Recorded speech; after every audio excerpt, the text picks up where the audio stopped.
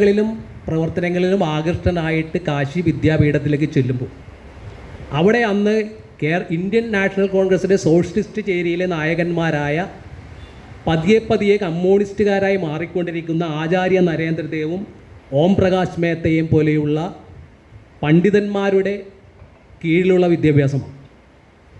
ഇദ്ദേഹത്തിൻ്റെ കൂടെ പഠിച്ചവർ പിന്നീട് ഇന്ത്യയുടെ പ്രധാനമന്ത്രിമാരായി മാറിയ ലാൽ ബഹദൂർ ശാസ്ത്രി, ഗുൽസാരിലാൽ നന്ദ തുടങ്ങിയവരാണ്. 3 വർഷത്തെ അദ്ദേഹത്തിൻ്റെ അവിടുത്തെ പഠനത്തിൽ ഗാന്ധിസത്തിൽ ആകൃഷ്ടനായി പോയ ദാമോദരൻ തിരിച്ചു വരുന്നത് കമ്മ്യൂണിസ്റ്റുകാരനായിട്ടാണ്. വിപുലമായ ലൈബ്രറി സൗകര്യവും ഇന്ത്യയുടെ വിവിധ ഭാഗങ്ങളിൽ നിന്ന് വന്ന രാഷ്ട്രീയ നേതാക്കളുമായുള്ള ഇടപഴകലും മൂലം തൻ്റെ ചിന്തകൾക്ക് രൂപമാറ്റം വരികയും താൻ പിന്തുടരുന്ന പാതയല്ല ഈ രാജ്യത്തിൻ്റെ സമൂല പരിവർത്തനത്തിന് ഉതകുന്നത് എന്നുള്ള ബോധ്യത്തിൽ അദ്ദേഹം ഇടതുപക്ഷ സാഹിത്യങ്ങൾ വായിക്കുകയും ഇടതുപക്ഷ ആഭിമുഖ്യം പുലർത്തുകയും തൻ്റെ ഗുരുനാഥന്മാരായ ആചാര്യ നരേന്ദ്രദേവ്, ഓം പ്രകാശ് മേത്ത എന്നിവരോടുള്ള ഇഷ്ടം മൂലം അതിയെ കമ്മ്യൂണിസ്റ്റ് ആശയങ്ങളുമായി ആകൃഷ്ടനാവുകയാണ്. അതുകൊണ്ടാണ് കെ ദാമോദരൻ്റെ ജീവചരിത്രം എഴുതിയ നമ്മുടെ ആദരണീയനായ മൊയ്തു മൗലവിയുടെ മകൻ എം റഷീദ്, അദ്ദേഹം ദാമോദരൻ്റെ ജീവചരിത്രം എഴുതിയപ്പോൾ അതിന് കൊടുത്ത പേര് ഇന്ത്യയിൽ കമ്മ്യൂണിസ്റ്റ് പാർട്ടിയിൽ ആദ്യമായി അംഗമായി ചേർന്ന ഒരു മലയാളിയുടെ ജീവിതകഥ എന്നാണ്. 1934 അദ്ദേഹം തിരിച്ചു വരുന്നത്. 37 കേരളത്തിൽ ഒരു കമ്മ്യൂണിസ്റ്റ് ലീഗ് ഉണ്ടാകുന്നത്. 39 കമ്മ്യൂണിസ്റ്റ് പാർട്ടി ഔദ്യോഗികമായി രൂപീകരിക്കപ്പെടുന്നത്. അപ്പോൾ 39 കമ്മ്യൂണിസ്റ്റ് പാർട്ടി രൂപീകരിക്കപ്പെടുന്നതിന് മുമ്പ് 1934 പാർട്ടിയിൽ അംഗമായ അല്ലെങ്കിൽ പാർട്ടി സജീവ പ്രവർത്തകനായ കെ ദാമോദരനാണ് കേരളത്തിലെ ആദ്യത്തെ കമ്മ്യൂണിസ്റ്റ് എന്ന് പറയുന്നത്. അതുകൊണ്ടാണ്. അതിനുശേഷം അദ്ദേഹത്തിൻ്റെ രാഷ്ട്രീയ പ്രവർത്തനങ്ങളൊന്നും ഒരു സാംസ്കാരിക കേന്ദ്രത്തിലുള്ള അനുസ്മരണ പ്രഭാഷണത്തിൽ പ്രസക്തമല്ല, അതൊരു അനുചിതമാണ്. അതുകൊണ്ട് ഞാൻ അദ്ദേഹത്തിൻ്റെ രാഷ്ട്രീയ കാര്യങ്ങളിലേക്കൊന്നും രാഷ്ട്രീയ പ്രവർത്തനങ്ങളിലേക്കൊന്നും കടക്കാൻ ഉദ്ദേശിക്കുന്നില്ല. കാര്യം സമയം പരിമിതമാണ്. അതുകൊണ്ട് വളരെ ചുരുങ്ങിയ കാര്യങ്ങളിൽ അദ്ദേഹത്തിൻ്റെ മറ്റ് കാര്യങ്ങളിലേക്കാണ്. പക്ഷേ 2-3 കാര്യങ്ങൾ വളരെ പ്രസക്തമാണ്. കാര്യം 1934 തിരിച്ചു വന്ന ദാമോദരൻ ഇവിടുത്തെ കർഷക പ്രസ്ഥാനങ്ങളിലെ പ്രവർത്തനങ്ങളിൽ ഏർപ്പെടുകയും കേരളത്തിലെ ഒട്ടുമിക്ക ഗ്രാമങ്ങളിലെ നിരക്ഷരരായ ഗ്രാമീണരെ, തൊഴിലാളികളെയും കർഷകരെയും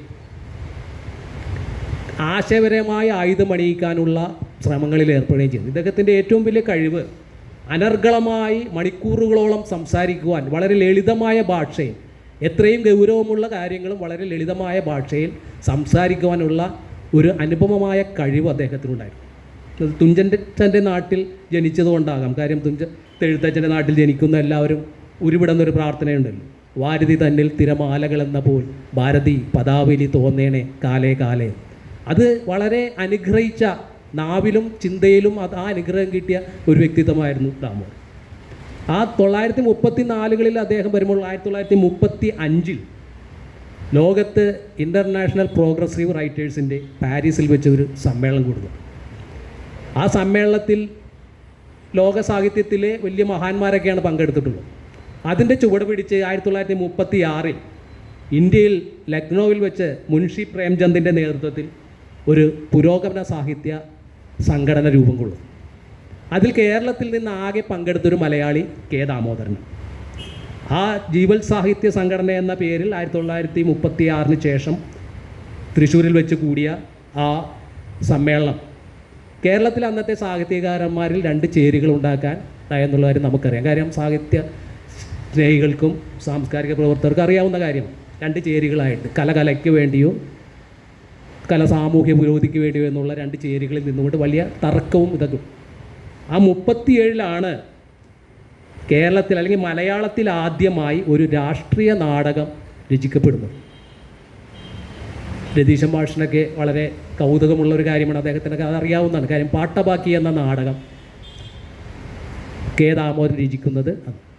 അതിന് മുമ്പ് അദ്ദേഹം ചില കവിതകൾ എഴുതുകയും ചില കഥകൾ എഴുതുകയും ചെയ്തിട്ടുണ്ട്. കണ്ണുനീർ എന്ന പേരിൽ ആ കഥകളുടെ സമാഹാരം പുറത്തിറങ്ങിയിട്ടുണ്ട്. പക്ഷേ സി അച്യുതമേനെ പോലെയുള്ളവർ പറയുന്നത് ഈ ചെറുകഥ എന്ന് പറയുന്നത് ഇദ്ദേഹത്തിന് ഒട്ടും വഴങ്ങുന്നതല്ല. നെടുങ്കൻ പ്രസംഗം നടത്തി കഥാപാത്രങ്ങളിൽ നെടുനെടുങ്കൻ പ്രസംഗം നടത്തുന്ന വളരെ അരോചകരമായ ഒരു രീതിയാണ്. അതുകൊണ്ട് ഈ കഥകൃത്ത് എന്ന രീതിയിൽ ദാമോദരനെ നമുക്ക് വിലയിരുത്താൻ കഴിയില്ല എന്ന് പറയും. മറ്റൊരു നാടകം അദ്ദേഹം പിന്നീട് എഴുതിയ രക്തപാനം, ജന്മിത്വത്തിനെതിരായിട്ടുള്ള, പക്ഷേ ആ നാടകമല്ല. വളരെ കാര്യം ഈ സമയത്ത് നമുക്കത് പാട്ടബാക്കി എന്ന നാടകത്തെക്കുറിച്ചാണ് പറയാനുള്ളത്. ഒരാഴ്ച കൊണ്ട് എഴുതി തീർത്ത നാടകമാണ് എന്ന് പറയുന്നത്. വളരെ നാടകത്തിൽ അദ്ദേഹം അഭിനയിക്കുകയും ചെയ്തിട്ടുണ്ട്. പാട്ടബാക്കി എന്ന നാടകം ഗുരുവായൂർ വൈലത്തൂർ എന്ന ഗ്രാമത്തിൽ ഒരു കർഷക സമ്മേളനത്തിൽ EMSൻ്റെ നിർബന്ധത്തിലാണ് എഴുതി അദ്ദേഹം അത് അവതരിപ്പിക്കുന്നത്. 88 വർഷങ്ങൾക്ക് ശേഷവും ഈ നാടകം ഇപ്പോഴും പ്രസക്തമാണ് എന്നുള്ളതാണ് അതിൻ്റെ പ്രത്യേകത. ഈ കഴിഞ്ഞ 1-2 വർഷത്തിന് മുമ്പ് ചങ്ങമ്പുഴ പാർക്കിൽ പ്രൊഫസർ ചന്ദ്രഹാസൻ്റെ നേതൃത്വത്തിലുള്ള ലോകധർമ്മി ഈ നാടകം അവതരിപ്പിക്കേണ്ടത്. എൻ്റെ പ്രിയ സുഹൃത്തും നടനും സിനിമാ നടനുമായ വിജയകുമാറാണ് ആ നാടകത്തിൽ കിട്ടുണ്ടി എന്ന കഥാപാത്രത്തിൻ്റെ നായകൻ്റെ വേഷം അവതരിപ്പിച്ചത്. ആ നാടകം ഇന്ന് കാണുമ്പോഴും വളരെ പ്രസക്തമാണ്. കാരണം പാട്ടബാക്കി എന്ന ഒരു പ്രമേയത്തിൽ ഊന്നി നിന്നുകൊണ്ടാണ് ആ നാടകം രചിച്ചിരിക്കുന്നത്. ഇപ്പോൾ ഇന്ന് കാണുമ്പോൾ നമുക്ക് പാട്ടവും അല്ലെങ്കിൽ വാരം എന്നൊക്കെ പറയുന്നത് ഇന്നത്തെ തലമുറയ്ക്ക് എത്രത്തോളം പരിചിതമാണെന്നൊരു കാര്യം ആ ഒരു കാലഘട്ടം ഇവിടെ നിന്ന് മാറിയിരിക്കുന്നു. പക്ഷേ ആ നാടകത്തിലെ ഏറ്റവും കാതലായ ഒരു പ്രമേയം ദാരിദ്ര്യമാണ്. ഒരു കർഷക കുടുംബത്തിൽ പാട്ടം നൽകി കൃഷി ചെയ്ത് ജീവിക്കാൻ കഴിയുന്ന ഒരു കുടുംബത്തിന് വന്നുകൂടുന്ന ദാരിദ്ര്യവും അതിൻ്റെ പിന്നിലുള്ള കാര്യങ്ങളാണ് ഇന്ന് പ്രസക്തമായിട്ടുള്ളത്.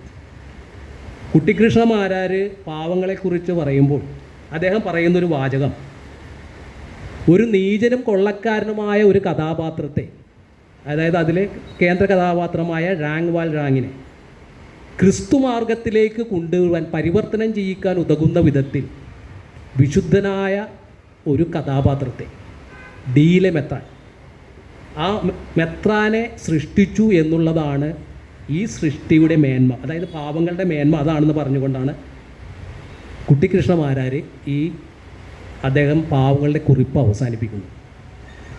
അത് കോട്ട് ചെയ്തതിന് ശേഷം അതിന് താഴെ കെ ദാമോദരൻ എന്താണ് സാഹിത്യം എന്ന ലേഖനത്തിൽ ഇദ്ദേഹം പറയുന്നത്, മാരാർ കാണാതെ പോകുന്നത് മറ്റ് കഥാപാത്രങ്ങളും അവരുടെ ദുരിതങ്ങളുമാണ്. ആ ദുരിതങ്ങൾ എന്തൊക്കെയാണ് എന്നുള്ളതും അതിനെ സംബന്ധിച്ച് ആ ദുരിതത്തിൻ്റെ പേരിലുള്ള ആ ദാരിദ്ര്യവും എപ്രകാരമാണ് എന്നുള്ളത് ദാമോദരൻ ചൂണ്ടിക്കാണിക്കുന്നു. എങ്ങനെയാണ് ഒരു ദാരിദ്ര്യത്തിലുള്ള ഒരു കുടുംബത്തിനെ എപ്രകാരമാണ് അതിൻ്റെ ഉപോത്ബലകമായിട്ടുള്ള മോഷണം, വ്യഭിചാരം ഇത്യാദിയിലേക്ക് എങ്ങനെ തിരിയുന്നത്. അതിന് അദ്ദേഹം സൂചിപ്പിക്കുന്നത് പാവങ്ങൾ എന്ന പുസ്തകത്തിൻ്റെ ആമുഖമായിട്ട് വിക്ടർ ഹ്യൂഗോ എഴുതിയ വരികളാണ്. വിക്ടർ ഹ്യൂഗോ പാവങ്ങൾ എഴുതിയെടുത്തതിന് ശേഷം അതിന് ആമുഖം എഴുതാൻ 6 ആഴ്ച സമയമെടുത്തെന്നാണ് പറയുന്നത്. കാരണം ഒരാഴ്ച കൊണ്ടൊക്കെ കഥകളും കവിതകളൊക്കെ എഴുതിയിരിക്കുന്ന വിക്ടർ ഹ്യൂഗോ അതിനൊരു ആമുഖം എഴുതാൻ 6 ആഴ്ചത്തെ കൂടുതൽ സമയമെടുത്തു. അത് ഇവിടെ ഒന്ന് വായിക്കേണ്ടത്. പാവങ്ങളുടെ അദ്ദേഹത്തിൻ്റെ മനുഷ്യൻ അജ്ഞനും നിരാശനുമായി എവിടെയുണ്ട്, സ്ത്രീകൾ ഭക്ഷണത്തിന് വേണ്ടി എവിടെ വിൽക്കപ്പെടുന്നു, അറിവുണ്ടാക്കാനുള്ള പുസ്തകങ്ങളും തണുപ്പകറ്റാനുമുള്ള നെരിപ്പോടും കിട്ടാതെ കുട്ടികൾ എവിടെയെല്ലാം കഷ്ടപ്പെടുന്നുണ്ടോ അവിടെയെല്ലാം പാവങ്ങൾ എന്ന പുസ്തകം വാതിക്കൽ മുട്ടി വിളിച്ചു പറയും, എനിക്ക് വാതിൽ തുറന്നു തരിക, ഞാൻ വരുന്നത് നിങ്ങളെ കാണാനാണ്. ഇത് വളരെ പ്രസക്തമായ ഒരു പ്രമേയമാക്കി പാട്ടബാക്കി എന്ന നാടകത്തിൽ സൂക്ഷ്മമായി നമുക്ക് നോക്കിയാൽ കാണാൻ കഴിയും. കിട്ടുണ്ണി എന്ന നായകൻ തൻ്റെ അമ്മയും സഹോദരിയും കുഞ്ഞു സഹോദരനും വിശപ്പ് കൊണ്ട് മരിക്കാറായി കിടക്കുന്ന, ഭക്ഷണം കഴിക്കാൻ ഒരു നിവൃത്തിയില്ലാതിരിക്കുമ്പോഴാണ് അല്പം അരി മോഷ്ടിക്കുന്നത്. പാവങ്ങളിലെ റാങ്വാൾ റാങ്ക് തൻ്റെ സഹോദരിക്കിടെ കുട്ടികൾ വിശന്ന് കരയുമ്പോഴാണ് റൊട്ടി മോഷ്ടിക്കുന്നത്. അങ്ങനെയാണ് അദ്ദേഹം 18 വർഷം ജയിലിൽ കിടക്കുന്നത്. കിട്ടുണ്ണി അല്പം അരി മോഷ്ടിക്കുമ്പോൾ ജയിലിലാവുകയാണ് 6 മാസത്തേക്ക്. കിട്ടുണ്ണിയുടെ സഹോദരിയായ കുഞ്ഞുമാളും സഹോദരൻ്റെ വിശപ്പ് അമ്മ പട്ടിണി കൊണ്ട് മരിക്കുന്നു. സഹോദരൻ കുഞ്ഞു പയ്യനാണ്, അവന് ഭക്ഷണം കൊടുക്കാൻ നിവൃത്തിയില്ല. അപ്പോൾ വ്യഭിചാരത്തിലേക്ക് ഇറങ്ങുകയാണ്. അതാണ് അതിൻ്റെ കഥ. നമ്മൾ കണ്ണീരോടുകൂടി ആ രംഗങ്ങളുമായിട്ട് 14 ചെറിയ രംഗങ്ങളും 69 പേജുമാണ് പാട്ടബാക്കി. പക്ഷേ ഇതിൻ്റെ പകുതി ഭാഗം കഴിഞ്ഞാൽ നമുക്കത് വളരെ നെഞ്ചത്ത് വിങ്ങലുണ്ടാക്കുന്ന വിധത്തിലുള്ള സംഭാഷണങ്ങളും രംഗാവതരണവുമാണ്. അപ്പോൾ ഈ കിട്ടുണ്ണി വന്ന് ജയിലിലെ ശിക്ഷ കഴിഞ്ഞ് സഹോദരനെ കാണാൻ വരുമ്പോഴാണ് സഹോദരിക്കുണ്ടാകുന്ന മാറ്റം കാണുന്നത്. അപ്പോൾ അയാൾ രോഷം കൊള്ളുകയാണ്, നീ ഇത്ര വൃത്തികെട്ട ജീവിതം നയിച്ചിട്ടാണോ എൻ്റെ സഹോദരന് ഭക്ഷണം കൊടുക്കുന്നത്, നീ ഇങ്ങനെ. അപ്പോൾ അവൾ പറയുന്നത്, ക്രൂരമായ സമുദായത്തിൽ മുതലാളിയുടെയും അവരുടെ കിങ്കരന്മാരുടെയും ഉപദ്രവം കൊണ്ട് അനേകം ജനങ്ങൾ പട്ടിണി കിടക്കേണ്ടി വരുന്നു. ഇന്നത്തെ ഈ സമുദായത്തിൽ കളവും വ്യഭിചാരവും പാപമല്ല. കുഞ്ഞുമാളും സഹോദരിയുടെ ദാരിദ്ര്യമാണ് മനുഷ്യനെ കൊണ്ട് മോഷണം നടത്തിക്കുന്നത്. മോഷണവും വ്യഭിചാരവും ഇല്ലാതാവണമെങ്കിൽ ദാരിദ്ര്യം നശിക്കണം. ദാരിദ്ര്യം നശിക്കണമെങ്കിലും ഇന്നത്തെ ഭരണ സമ്പ്രദായം മാറണം.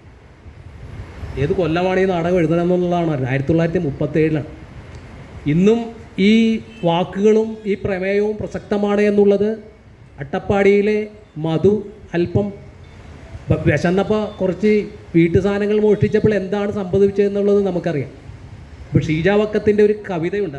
അവർ അതിനകത്ത് പറയുന്നത്, ഇതിലൊക്കെ എന്തോന്ന് ഇത്ര ഇരിക്കുന്നു, തോട്ടിൻ്റെ കരയിൽ നിന്ന് നന്നായിട്ടൊന്ന് കുളിക്കണം, ചുമയുടെ മരുന്ന് കഴിച്ച് അച്ഛൻ ഇന്ന് സുഖമായി ഉറങ്ങും, അനിയൻ പരാതി പറയാതെ ഇന്ന് ഭക്ഷണം കഴിക്കും, ഷാജിയേട്ടൻ അറിയില്ലേ ഹൗസ് ബോട്ടിൽ ഇത്രയും കാലം ജോലി ചെയ്തിട്ടും അതിഥിയാണ് ദൈവം.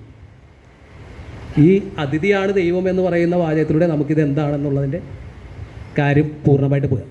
അപ്പോൾ അന്നത്തെ കാലത്ത് ഇദ്ദേഹം എഴുതിയ ആ ഒരു നാടകം ഇന്നും എത്ര പ്രസക്തമാണ് എന്നുള്ളത് ചൂണ്ടിക്കാണിക്കാനാണ് ഞാൻ ഇത്രയും കാര്യങ്ങൾ. 1938 ഇദ്ദേഹം അദ്ദേഹത്തിൻ്റെ പ്രസംഗത്തിൻ്റെ ഒരു ശൈലിയിൽ സംഭവിച്ചൊരു കാര്യം കൂടി സൂചിപ്പിക്കാം. 1938 ആഗസ്റ്റ് മാസം 20-21 തീയതികളിലാണ് തിരുവനന്തപുരത്ത് വെച്ച യൂത്ത് ലീഗിൻ്റെ സമ്മേളനം നടന്നത്. ഇന്ത്യൻ നാഷണൽ കോൺഗ്രസിൻ്റെ യൂത്ത് ലീഗ് വിഭാഗമാണ് ആ സമ്മേളനം നടത്തുന്നത്. ഗാന്ധിജി ഇന്ത്യയുടെ സ്വാതന്ത്ര്യ സമരത്തിൽ ശക്തമായിരിക്കുന്ന കാലഘട്ടത്തിൽ ഒരു നിലപാടെടുക്കുന്നുണ്ട്. നാട്ടുരാജ്യങ്ങളിൽ ആ ഭരണത്തിലിരിക്കുന്ന രാജാക്കന്മാർക്ക് രാജഭരണത്തിനെതിരെ സമരം നടത്തരുത്. എന്നാൽ അദ്ദേഹം ചൂണ്ടിക്കാണിച്ച് പറഞ്ഞൊരു കാര്യം, സാമ്രാജ്യത്വത്തിനെതിരെയുള്ള സമരത്തിൻ്റെ തീഷ്ണത കുറയും നാട്ടുരാജ്യങ്ങൾക്ക്. അതുകൊണ്ട് ബ്രിട്ടീഷ് ഭരണത്തിനെതിരായി സമരം നടത്തുമ്പോൾ നാട്ടിൽ ഭരണം നടത്തുന്ന രാജാക്കന്മാർക്കുള്ള സമരം കോൺഗ്രസ് നടത്തണ്ട എന്നാണ്. ഇതിൽ അരിശമ്പൂണ്ട്, പൊന്നറ ശ്രീധരൻ, NC ശേഖർ, CN ശ്രീകണ്ഠൻ നായർ തുടങ്ങിയവർ യൂത്ത് ലീഗ് സ്ഥാപിക്കുകയും അതിൻ്റെ നേതൃത്വത്തിൽ ഒരു സമ്മേളനം നടത്തുകയും ചെയ്തു. ആ സമ്മേളനത്തിൽ പ്രസംഗിക്കാൻ വരുന്നത് കമലാദേവി ചതോപാധ്യായ എന്ന ഒരു തീപ്പൊരി നായികയാണ്. ആ നായികയെക്കുറിച്ചും കൂടി നാം പരാമർശിക്കണം. കാര്യം മദ്രാസിലെ ഒരു യാഥാസ്ഥിതിക ബ്രാഹ്മണ കുടുംബത്തിൽ ജനിക്കുകയും 8ാമത്തെ വയസ്സിൽ വിവാഹം കഴിച്ച് 12ാമത്തെ വയസ്സിൽ വിധവയായി 16ാമത്തെ വയസ്സിൽ സരോജിനി നായിഡുവിൻ്റെ സഹോദരൻ ഹരീന്ദ്രനാഥ് ചതോപാധ്യായ, കവിയും നാടകകാരനുമായ ഹരീന്ദ്രനാഥ് ചതോപാധ്യായെ വിവാഹം കഴിച്ചുകൊണ്ട് യാഥാസ്ഥിതിക ബ്രാഹ്മണ മേധാവിത്വത്തെ അല്ലെങ്കിൽ ആ മത മേധാവികളെ ഞെട്ടിച്ച ഒരു വ്യക്തിത്വമായിരുന്നു കമലാദേവി. അവർ ഇന്ത്യയിൽ മുഴുവൻ നിറഞ്ഞു നിൽക്കുന്ന ഒരു കാലത്താണ് ഈ പറയുന്ന യൂത്ത് ലീഗിലെ പ്രവർത്തകർ അവരെ ഈ സമ്മേളനം ഉദ്ഘാടനം ചെയ്യാൻ കൊണ്ടത്. സർ CP യുടെ ഭരണമാണ്. അതുകൊണ്ടാണ് ഇത് പ്രത്യേകം നമ്മൾ ഓർക്കേണ്ട ഒരു കാര്യം. കമലാദേവി ചെങ്കോട്ട വഴി വരുമ്പോൾ തിരുവിതാംകൂർ ഗവൺമെൻറ് അവർക്ക് വാറണ്ട് കൊടുക്കുകയാണ്. കാര്യം അറസ്റ്റ് ചെയ്യും. ശ്രദ്ധിക്കേണ്ട ഒരു കാര്യം എന്ന് പറഞ്ഞാൽ ഈ ചെങ്കോട്ട റെയിൽവേ സ്റ്റേഷനിൽ വെച്ചും തീവണ്ടിയിൽ വെച്ചും റെയിൽപ്പാളത്തിൽ വെച്ചും ഇവരെ അറസ്റ്റ് ചെയ്യാൻ പറ്റില്ല. അത് പഴയ ആളുകൾക്ക് അറിയാം. കാര്യം ഈ പറഞ്ഞ സ്ഥലങ്ങളെല്ലാം ബ്രിട്ടീഷുകാരുടെയാണ്. ഇപ്പം എൻ്റെ മുത്തച്ഛനൊക്കെ എന്നോട് പണ്ട് പറയുന്നുണ്ട്, കാര്യം പഴയ കാലത്തെ കള്ളന്മാർ ചില തേങ്ങയോ കിണ്ടിയോ മൊന്തയൊക്കെ മോഷ്ടിച്ച് പോലീസ് വരുമ്പോൾ അവർ ഈ റെയിൽപ്പാളത്തിൻ്റെ നടുക്കേറിയിരിക്കും. പോലീസിനെ അറസ്റ്റ് ചെയ്യാൻ പറ്റില്ല. കാരണം ഈ 4.5 അടി വീതിയുള്ള റെയിൽപ്പാളം ബ്രിട്ടീഷുകാരാണ്. അത് ബ്രിട്ടീഷ് രാജ്യമാണ്. കാര്യം ഈ റെയിൽ ഉണ്ടാക്കിയിരിക്കുന്നത് ബ്രിട്ടീഷുകാരാണ്. അതിൽ ഓടുന്ന തീവണ്ടിയും ബ്രിട്ടീഷുകാരാണ്. അപ്പോൾ അതുകൊണ്ട് അവിടെ കയറി അറസ്റ്റ് ചെയ്യണമെങ്കിൽ ബ്രിട്ടീഷുകാരുടെ അനുവാദം വേണം. അതുകൊണ്ടാണ് കമലാദേവീനെ അറസ്റ്റ് ചെയ്യാൻ പറ്റാഞ്ഞത്. പക്ഷെ അവർ തമ്പാനൂർ റെയിൽവേ സ്റ്റേഷനിൽ ഇറങ്ങിയപ്പോൾ പോലീസ് അറസ്റ്റ് ചെയ്തു, പുറത്തിറങ്ങിയപ്പോൾ. അപ്പോൾ അവിടെ കൂടിയിരുന്ന ആളുകൾക്കൊക്കെ വലിയ പ്രശ്നമായി. കാര്യം വലിയ നേതാവിനെ അറസ്റ്റ് ചെയ്തു, സമ്മേളനം അലങ്കോലപ്പെടും. അപ്പോഴാണ് KC ജോർജ് എന്ന് പറയുന്ന അന്നത്തെ പിന്നീട് കമ്മ്യൂണിസ്റ്റ് പാർട്ടിയുടെ തീപ്പൊരി നേതാവായ KC ജോർജ് പറയുന്നു, മറ്റൊരു കമലാദേവി നിങ്ങളോട് സംസാരിക്കും. അപ്പോൾ ആരാണെന്ന് എല്ലാവരും ആകാംക്ഷയോട് നോക്കിയപ്പോൾ K. ദാമോദരൻ ചെറുപ്പക്കാരനായ ദാമോദരൻ കയറി പ്രസംഗിക്കുക. അദ്ദേഹത്തിൻ്റെ ആ പ്രസംഗം അവിടെ വലിയൊരു ഭൂകമ്പം സൃഷ്ടിച്ചു എന്നാണ് പറയുന്നത്. കാര്യം രാഷ്ട്രീയ എതിരാളികൾ പോലും പൊന്നു തിരുമേനി അങ്ങന്ന് തിരുമനസ് എന്നൊക്കെ പറയുന്ന ആ ഒരു ഘട്ടത്തിൽ രാജാവിനെ അങ്ങനെ അഭിസംബോധന ചെയ്യുന്ന ഒരു കാലത്ത് മഹാരാജാവിനെ ഗളച്ഛേദം ചെയ്തുകൊണ്ട് ഫ്രഞ്ച് വിപ്ലവത്തിലെ പോലെ രാജാവിനെ നിഷ്കാസനാക്കി ഇവിടെ പ്രജായത്ത ഭരണം വരണമെന്ന് പറഞ്ഞുകൊണ്ട് ആക്രോശിക്കുകയും പ്രസംഗത്തിൻ്റെ അവസാനം ഇൻക്ലാബ് സിന്ദാബാദ് എന്ന് വിളിക്കുകയും അവിടെ കൂടിയിരുന്ന എല്ലാ ജനങ്ങളും അത് ഏറ്റുവിളിക്കുകയും ചെയ്തു. ആ പ്രസംഗം കഴിഞ്ഞ് തിരിഞ്ഞു പോയവരെല്ലാം തമ്പാനൂർ റെയിൽവേ സ്റ്റേഷൻ മുതൽ മ്യൂസിയം കവല വരെയുള്ള സർക്കാർ വക സാധനങ്ങളെല്ലാം തല്ലിത്തകർത്തു. അന്ന് വിളക്കുകാലാണ് സർക്കാരിൻ്റെ കേന്ദ്രം. ആ വിളക്കുകാലെല്ലാം തല്ലിത്തകർത്ത് അവിടെ വലിയൊരു ഭീകരാന്തരീക്ഷം സൃഷ്ടിച്ചു. ഞാനത് സൂചിപ്പിച്ച് ഇദ്ദേഹത്തിൻ്റെ പ്രസംഗ പാടവത്തിൻ്റെ ഒരു കാര്യം, ആ പ്രസംഗത്തിന് അദ്ദേഹത്തെ ഏത് വിധത്തിലും മാറ്റിയെടുക്കാൻ കഴിയുമായിരുന്നു. നിരക്ഷരരെ സാക്ഷരരാക്കാനുള്ളതും ഒരു രാഷ്ട്രീയ പ്രവർത്തകരെ വിപ്ലവ പ്രവർത്തനത്തിൽ അല്ലെങ്കിൽ കർമ്മോന്മുഖരാക്കാൻ വിധത്തിലുള്ള പ്രസംഗ പാഠവും ഉണ്ടായിരുന്ന ഒരാളായിരുന്നു കേദാമോദരൻ. അദ്ദേഹത്തിൻ്റെ ആ പ്രസംഗം അത് കാണിച്ചു കഴിഞ്ഞാൽ അദ്ദേഹത്തെ അറസ്റ്റ് ചെയ്തു. 7 ദിവസം അദ്ദേഹത്തിനെ ക്രൂരമായ മർദ്ദനമാണ് പോലീസ് സ്റ്റേഷനിലേക്ക് കൊണ്ടുവന്നത്. അതിലൊരു കൗതുകരമായ കാര്യം, KC ജോർജ് എന്ന് പറയുന്ന കമ്മ്യൂണിസ്റ്റ് നേതാവ് ആദ്യമായിട്ട് വക്കീൽ കുപ്പായ ആദ്യമായി അവസാനമായി വിട്ടത് ഇദ്ദേഹത്തിൻ്റെ ജാമ്യത്തിന് വേണ്ടിയാണ്. ആ ജാമ്യം കിട്ടിയില്ല, അതോടുകൂടി അദ്ദേഹം വക്കീൽ കുപ്പായ ഉപേക്ഷിക്കുകയും ചെയ്തു. 1939 നാം നേരത്തെ സൂചിപ്പിച്ച പൊന്നാനിയിലെ ബീഡിത്തൊഴിലാളി സമരത്തിൻ്റെ നേതൃത്വം ഏറ്റെടുക്കും. ആ സമരത്തിൻ്റെ ഒരു പ്രത്യേകത കൂടി പറഞ്ഞുകൊണ്ട് അദ്ദേഹത്തിൻ്റെ രാഷ്ട്രീയ പ്രവർത്തനം നമുക്ക് തൽക്കാലം അവസാനം. ഇന്ത്യയിൽ അല്ലെ കേരളത്തിൽ എന്നല്ല, ഇന്ത്യയിൽ ആദ്യമായി മുസ്ലിം അല്ലെങ്കിൽ ഖുർആൻ വചനങ്ങളും വിപ്ലവ സൂക്തങ്ങളും ഒന്നിച്ചു ചേർന്ന് മുദ്രാവാക്യം മുഴക്കി മുസ്ലിം സഹോദരിമാരും സഹോദരന്മാരും, അതായത് പർദ്ദയണിഞ്ഞ മുസ്ലിം സഹോദരികൾ സമരം നടത്തിയ ഒരു കാലഘട്ടമാണ് 1939 ഈ പൊന്നാനി ബീഡി തൊഴിലാളി സമരം. ഞാൻ നേരത്തെ പറഞ്ഞ പോലെയുള്ള 5 അണ 8 അണ ആക്കണമെന്നുള്ള സമരം. ആ സമരത്തിൻ്റെ യൂണിയൻ പ്രസിഡൻ്റായിരുന്ന അല്ലെങ്കിൽ നേതൃത്വം കൊടുത്തിരുന്ന കെ ദാമോദരനെ പോലീസ് അറസ്റ്റ് ചെയ്യുകയും പൊന്നാനി പോലീസ് സ്റ്റേഷനിലേക്ക് കൊണ്ടുപോവുകയും ചെയ്തു. ജനങ്ങളാകെ അറിഞ്ഞു വശായി. അപ്പോൾ അത് ബഹളമായി ഇദ്ദേഹത്തിനെ മർദ്ദിച്ച് അവശനാക്കി എന്ന് തോന്നിക്കഴിഞ്ഞപ്പോൾ ഈ തൊഴിലാളികളെല്ലാം ജയിലിൻ്റെ മുമ്പിൽ കൂടി. അവരുയർത്തിയ ഒരു മുദ്രാവാക്യം വളരെ പ്രസക്തമാണ്. ജോലി വിയർപ്പ് വറ്റും മുമ്പേ കൂലി കൊടുക്കണമെന്നരു ചെയ്തോർ കൊല്ലാക്കുല തുടരുന്നു നബി സല്ലാഹു അലൈ വസല്ലാം.